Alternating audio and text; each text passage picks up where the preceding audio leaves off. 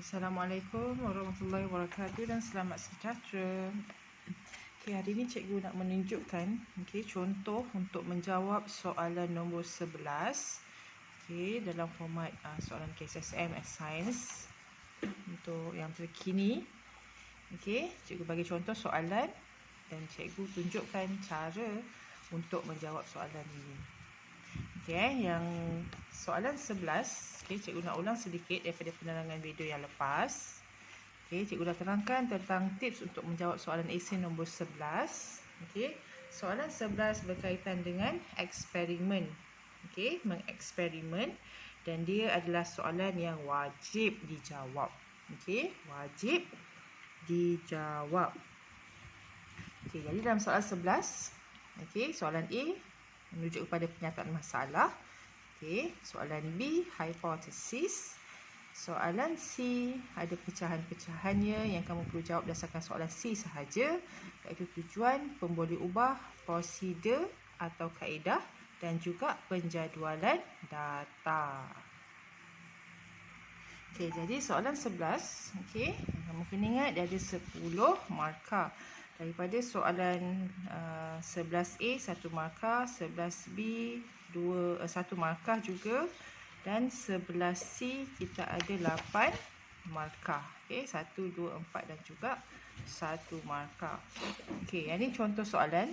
Abaikan nombor 5 ni. Ni cikgu ambil daripada contoh latihan soalan daripada bab 1 Sains Tingkatan 5. Berkaitan dengan mikroorganisma. Yang ni contoh soalan. Jadi pada soalan ini, kaji situasi berikut. Dalam soalan ni diberikan satu pernyataan. Tengok pada pernyataan yang diberi.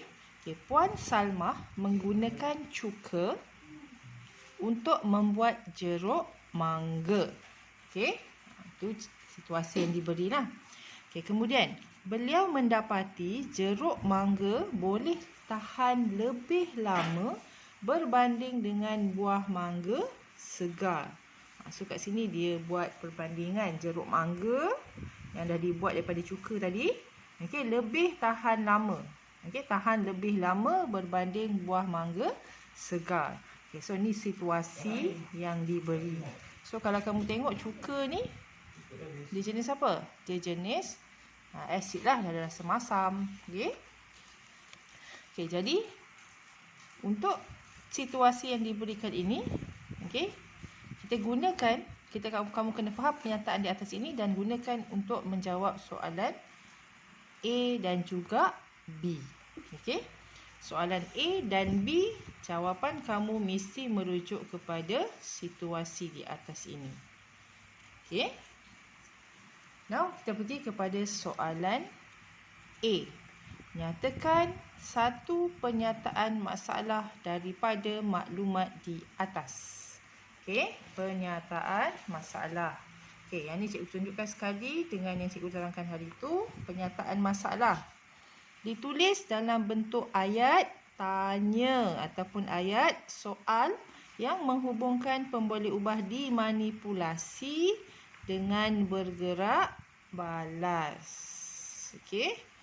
Jadi contohnya apa? Apakah kesan kepekatan antibiotik terhadap pertumbuhan bakteria? Ini contohlah. Jadi ayat jawapan yang kamu kena buat untuk soalan ini juga mesti seperti contoh tadi.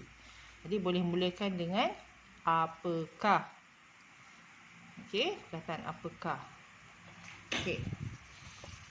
So, kalau kita nak tulis pada kertas jawapan, jika kamu diberi kertas soalan, kertas jawapan, buku jawapan, untuk SPM nanti, so boleh tulis bahagian atas ni soalan 11. Tulis kemas-kemas. Kemudian kamu buat satu garisan, untuk membezakan kehendak soalan, apa yang diminta dalam soalan dan juga jawapan kamu. Jadi gunakan pembaris dan juga pensel lah. Buat anggaran lebih kurang begini. Buat garisan sehingga bawah. Okey. Okey, so sampai bawah ada garisan. Okey, untuk soalan 11. Now kita tulis 11, kita nak jawab soalan 11A. Okey. Soalan 11A tadi dia nakkan satu pernyataan masalah. So kamu tulislah untuk 11A, tulis dahulu pernyataan masalah. Okey. Jadi kalau lihat pada situasi, Puan Salmah menggunakan cuka. Okey, cuka ni kalau kaitkan dengan soalan untuk kaitkan dengan topik bab 1 tingkatan 5, okey, ni adalah asid. Okey. Untuk membuat jeruk mangga. Jadi kat sini konsepnya kita nak tengok jeruk mangga ni lebih tahan lama daripada buah mangga segar. Kalau buah mangga segar ni kita biarkan beberapa hari, dia akan busuk. Kenapa dia busuk? Kerana adanya pertumbuhan bakteria pada buah mangga tersebut menyebabkan dia busuk. Jadi cuka ni dia boleh menghalang daripada pertumbuhan bakteria yang menyebabkan mangga tersebut jadi busuk. Jadi untuk pernyataan masalah kita boleh gunakan apa? Okey, kita kena tahu pemboleh ubah dimanipulasi, iaitu penggunaan asid ni tadi, cuka ni.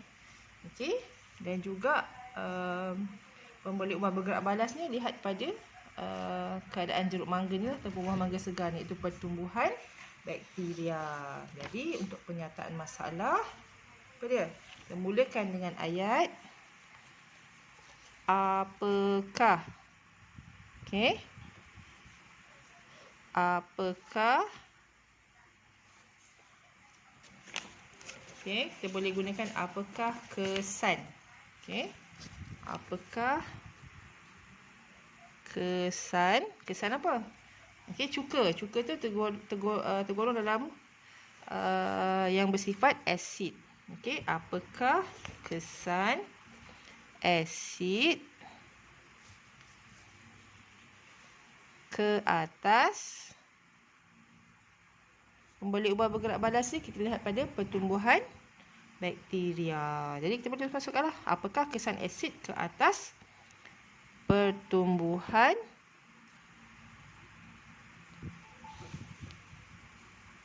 bakteria. Ataupun nak boleh tulis juga mikroorganisme. Tanda soal sebab dia adalah pernyataan masalah. Okey. So kat sini dah dapat untuk 1 markah. Okey. So kita boleh nampak kan kemas untuk jawab ni kan. So ada ruangan untuk pernyataan masalah dan ni untuk jawapan awak. So jawapan tu lebih kemas. Okey, pergi pada soalan B. Nyatakan satu hipotesis untuk menyiasat pernyataan di atas. Okey. So hipotesis. Apa situasi dekat sini? Ada ayat daripada ni yang kita boleh gunakan sebagai hipotesis. Kita tengok pada ayat yang kedua. Beliau mendapati jeruk mangga boleh tahan lebih lama berbanding dengan buah mangga segar. Okey, so kita boleh gunakan ayat terus daripada situasi yang diberi ataupun olah sedikitlah. Jeruk mangga tahan lebih lama berbanding buah mangga segar, ataupun jeruk mangga lebih tahan lama berbanding buah mangga segar. Ataupun awak nak buat terbalik pun boleh. Buah mangga segar tidak tahan lama berbanding jeruk mangga pun boleh juga. Okey. So tulis untuk jawapan B. Okey, jawapan B.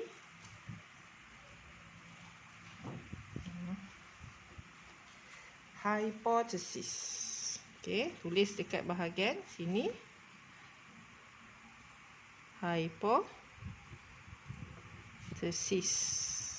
So hipotesis ni apa tadi? Kita boleh ambil daripada soalan. Jeruk mangga tahan lebih lama berbanding dengan buah mangga segar. Okey. Jeruk mangga tahan lebih lama berbanding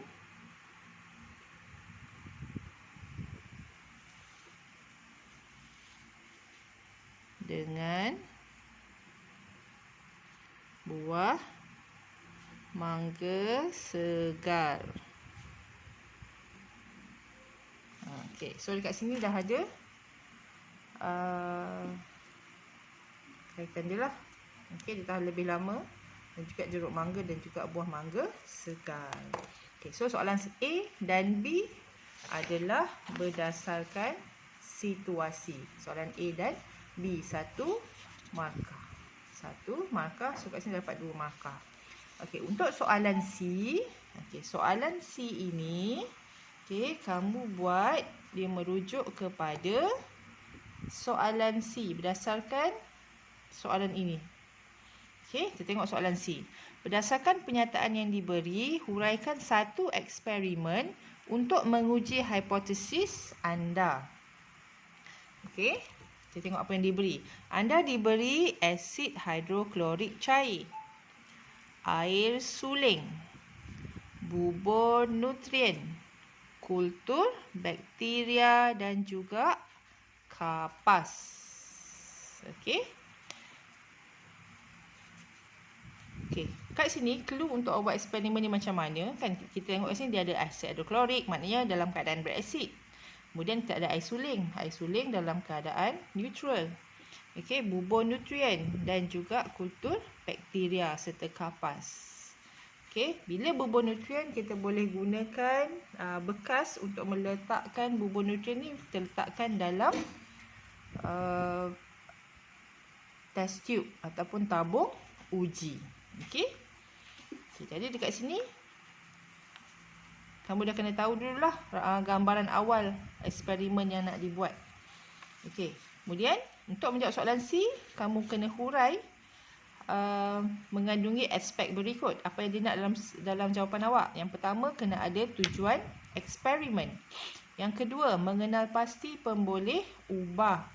Yang ketiga, kaedah atau prosedur. Yang keempat, penjadualan data. Okey. So untuk soalan ni, dalam menggunakan bubur nutrien, biasa kita akan lihat kepada kekeruhan bubur nutrien. So kalau draft awal untuk eksperimen ini, dia bagi tadi bubur nutrien, tadi kita cakap kan, dia boleh gunakan tabung uji. Okey, buat tabung uji. Kemudian dia gunakan jumlah yang samalah, isi padu yang sama untuk bubur nutrien. Kemudian terletakkan kapas steril ni supaya tidak ada bakteria luar yang masuk. Kemudian kita lihatlah apa yang berlaku pada bubur nutrien. Okey, now kita jawab soalan C. Okey, so tuliskan dalam kertas jawapan awak soalan C. Okey, C1 tadi kan, dia nak tujuan eksperimen.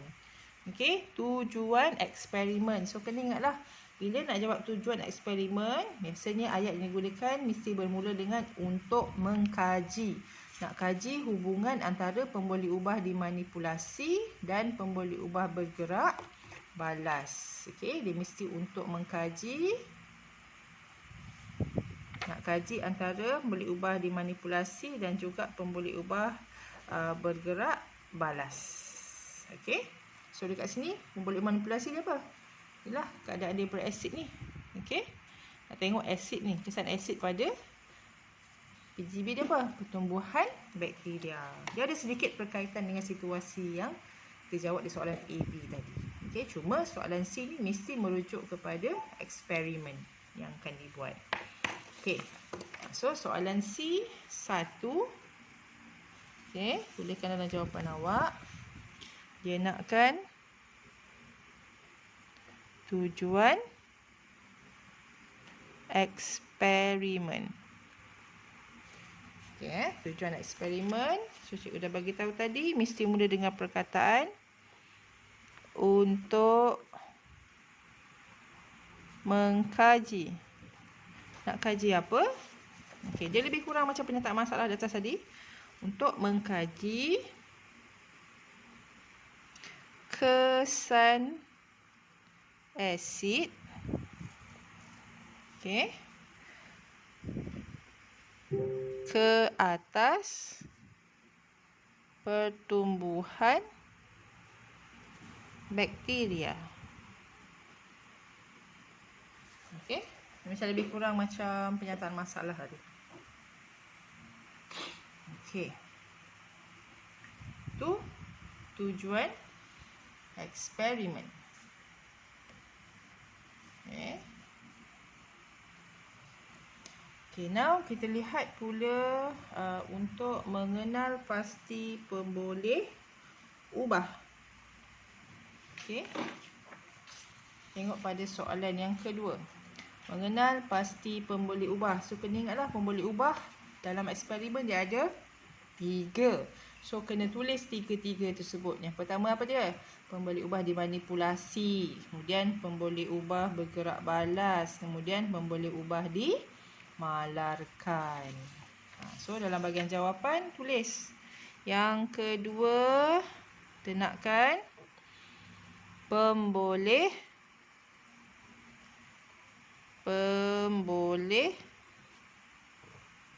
ubah. Okey, boleh ubah. Tulis yang pertama. Dia nak boleh tulis A ataupun B boleh juga kan. Okey, 1. Dimanipulasikan.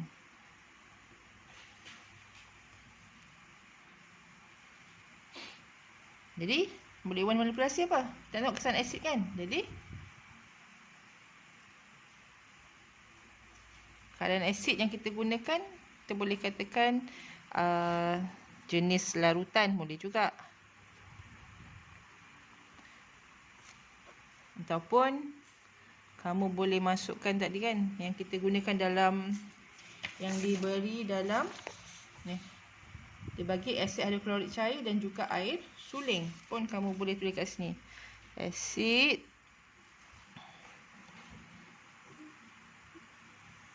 hidroklorik cair dan air suling. Okey. Boleh juga buat kehadiran asid. Okey, ni antara jawapannya lah. Okey, kalau exam sebenar buat satu sajalah. Okey, yang kedua, telah ada dimanipulasi bagi yang bergerak balas. Okey.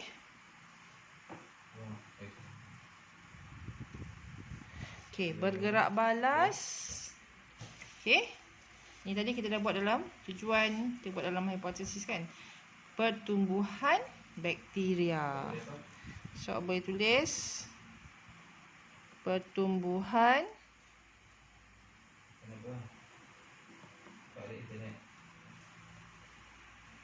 ataupun boleh juga sebabkan eksperimen yang diberi dalam soalan ni kita gunakan bubur nutrien. Jadi jika ada berlaku pertumbuhan bakteria, bubur nutrien akan jadi keruh. Okey, akan jadi keruh. Okey, jadi kita boleh juga tulis yang bergerak balas ni adalah keruhan bubur nutrien. Okey. Okey, kemudian pemboleh ubah yang ketiga, dimalarkan. Okey, dimalarkan kita bagi faktor lain pemboleh. Okey, kamu juga boleh gunakan yang diberi dalam soalan ni. Okey, kita boleh gunakan, kamu boleh ambil apa? Ni dibagi bubur nutrien kultur bakteria kan. Kamu boleh katakan jenis kultur bakteria. Untuk dua-dua keadaan, yang gunakan asid, yang gunakan air suling, digunakan kultur bakteria yang sama. Dan juga digunakan isi padu bubur nutrien yang sama. Pun boleh kamu gunakan untuk pemboleh ubah dimalarkan. Okey.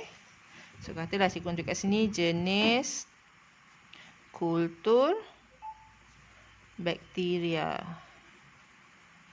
Ataupun kamu boleh tulis isi padu bubur nutrien. Okey.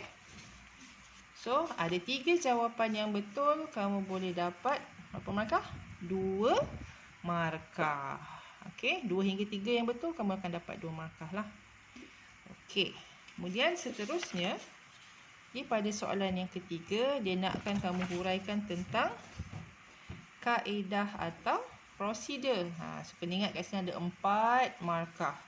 Okey, untuk kaedah atau prosedur ni, yang pertama, awal sekali cikgu dah terangkan hari tu. Okey, lukis rajah dan label. Okey, mesti guna pensel dan pembaris. Lukis dengan cantik, kemas dan berlabel lengkap. Okey, kemudian baru kita tulis langkah-langkah ni. Okey. Jadi, macam mana nak lukis dia? Ni gambaran dia lah.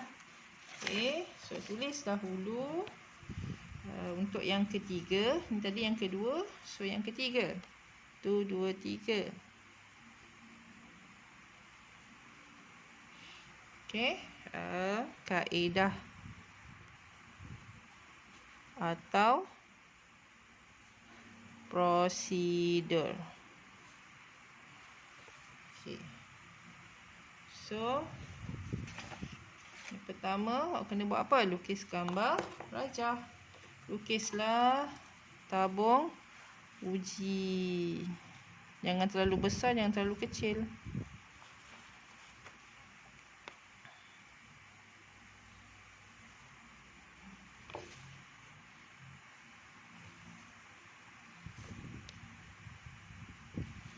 Mesti sama saiz lah.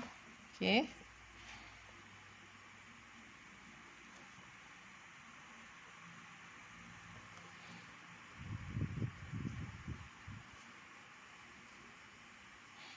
Okey. So isi padu dia mesti sama. Mesti ada aras meniskus, lukisan, dia cantik, kemas. Okey, yang ni kamu boleh buat label sikit lah. Okey, dalam ni apa ada? Dalam ni ada yang sama kan? Dia ada bubur nutrien. Kemudian dia ada kultur bakteria. Okey, dan bahagian atas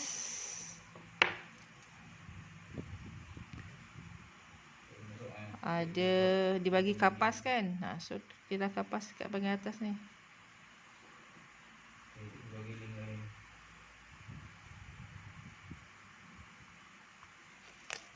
Okey. Ni bubur nutrien. Buatlah tanda larutan sikit. Okey. Kemudian, dia dalam 2 keadaan yang berbeza. Okey, satu dimasukkan dengan asid hidroklorik cair, satu lagi air suling. Jadi,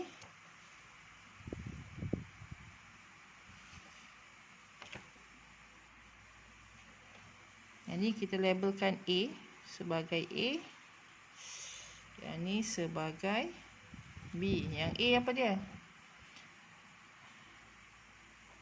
Masukkan dengan asid hidroklorik cair. Yang ni air suling. Okey. Okey, so bila dah label dah lengkap, ini boleh tambahlah ni label kapas steril. Okey. Labelkan kemas-kemas. Okey. So dah siap gambar rajah berlabel. Okey, kena tulis rangka untuk ayatnya pula. Okey, ni yang panduan hari tu. Yang kedua, tulis langkah-langkah berkaitan dengan PDM. PDM ataupun boleh ubah dimalarkan. Dan dimalarkan apa dia? Jenis kultur bakteria dan juga isi padu bubur nutrien. Jadi buatlah ayat dia yang kedua. Tuang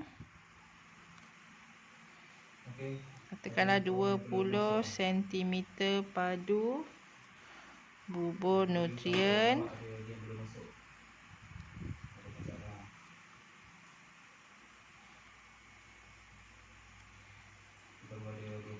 dan 2 titis kultur bakteria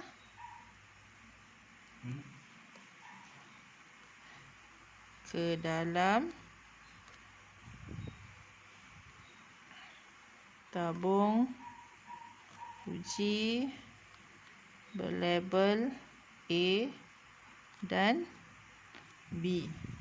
Okey, soalan pertama. Kita boleh ubah yang dimalarkan. Okey, kemudian langkah-langkah berkaitan dengan PMP. PMP ni apa? Boleh ubah dimanipulasi. Okey, ni tadi tentang dimalarkan kan, tentang bubur nutrien, tentang kultur bakteria. Kemudian yang ketiga, yang dimanipulasi. Yang dimanipulasi apa ni? Yang ni, asid hidroklorik cair dengan air suling.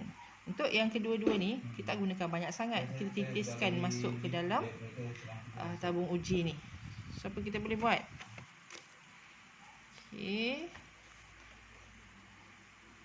Tambahkan saya buat direct daripada classroomnya ni. 5 Sama. titis asid hidroklorik cair dan 5 titis.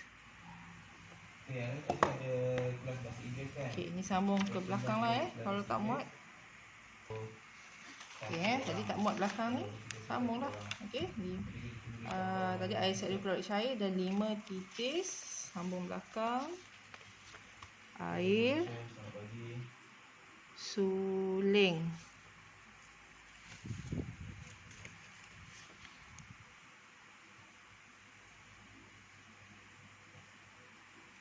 Ke dalam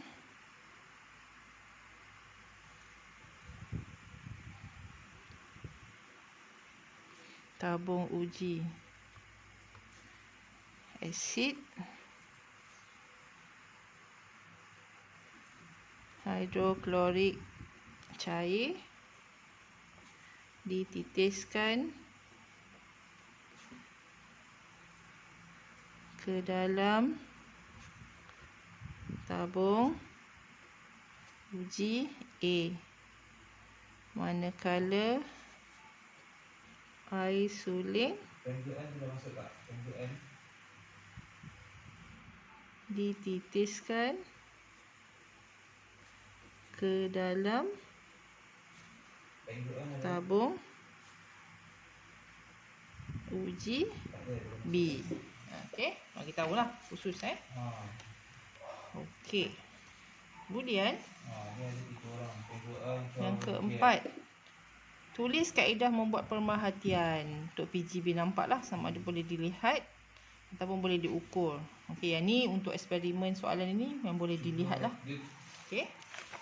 Jadi apa yang kita buat? Okey.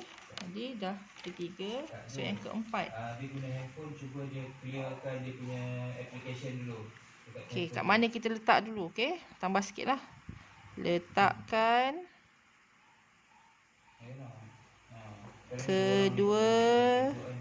dua tabung uji di dalam almari bertutup selama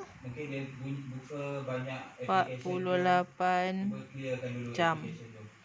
Kemudian yang terakhir sekali, kita nak buat pemerhatian tadi kan. Perhatikan dan catatkan sebarang perubahan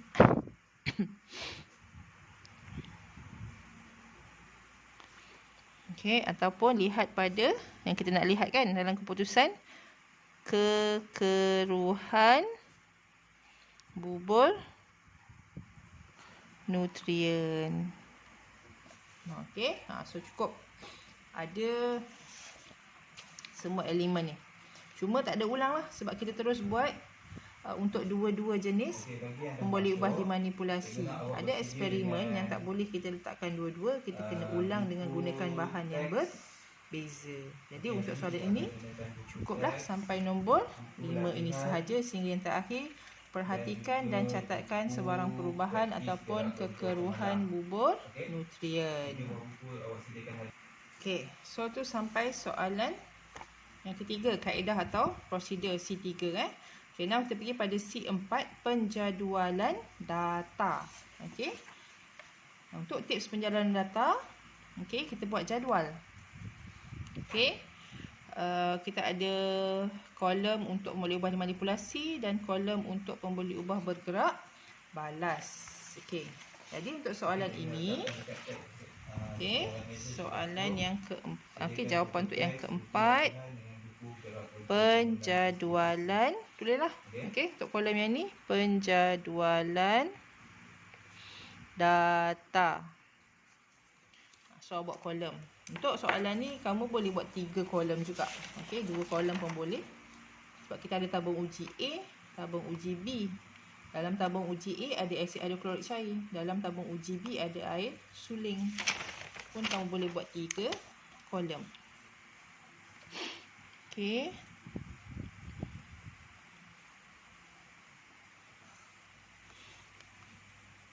Okey, buatkan 3 kolom. Okey. Yang ni kamu tuliskan tabung uji ni lah. Okey, untuk kolom yang kedua ni boleh ubah dimanipulasi. Tengok balik pemboleh ubah manipulasi. Okey, jenis larutan, kehadiran asid. So kamu boleh juga gunakan jenis larutan. Okey. So katakan kita ambil jenis larutan. Tulis dalam pemboleh ubah dimanipulasi. Kemudian yang bergerak balas ni apa? Bergerak balas, saya tengok pada bergerak balas pertumbuhan bakteria ataupun kekeruhan bubur nutrien. So cikgu lagi prefer kekeruhan bubur nutrien lah. Terus rujuk pada eksperimen. So ambil kekeruhan bubur nutrien. Tuliskan kekeruhan bubur nutrien. Okey, sudah ada 3 kolom. Buat garisan kemas. Okey. So ni bagi besar sikit lah ruangan dia. Cik pun tak ada masalah, tapi nampak lebih kemas lah. Okay, tadi kita ada 2 kan, tabung uji A, tabung uji B. Okey. Kemudian jenis larutan. Kita ada apa tadi? Ni. Tabung uji A letakkan asid, tabung uji B letakkan air suling. So tulislah bahan dalam ni. Asid hidroklorik cair. Yang ni air suling. So bahagian ni biarkan kosong. Okey. Cikgu dah bagi ingatkan dah itu kan dalam video tips untuk jawab soalan ni. Kosongkan, jangan tulis apa-apa. Tak perlu ada keputusan. Macam ni sahaja. Okey, so dah siap. Jadi untuk jawapan awak ni dah boleh dapat 10 markah. Okey. Okey, kita tengok pernyataan masalah ni untuk 1 markah. Hipotesis 1 markah. Okey. Kemudian tujuan eksperimen berapa markah? 1 markah. Okey. So kat sini tujuan eksperimen 1 markah. Kemudian pemboleh ubah D maksimum 2 markah. Kalau jawab 3-3, okey. Dua Yang ni Johan. dapat 2 markah. Untuk gambar rajah, okey, dapatlah 1 markah. Ayat yang lengkap, okey. Semuanya lengkap. Okey, boleh dapat berapa markah? 4 markah. Untuk bahagian penjadualan data dah lengkap, dapat 1 markah. So total semua sekali boleh dapat 10 markah penuh untuk soalan esei. Okey, so kalau tengok ni, okey, jawapan yang lengkap, kemas dan tersusun. Okey, memudahkan penanda untuk menanda. Okey, so itu saja. Nanti kamu boleh cubalah untuk menjawab soalan-soalan esei yang kamu boleh dapati dalam buku teks, dalam mana-mana buku latihan.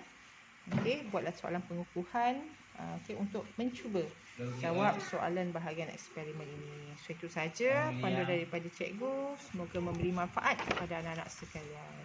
Itu saja. Sampai jumpa lagi. Bye. Assalamualaikum.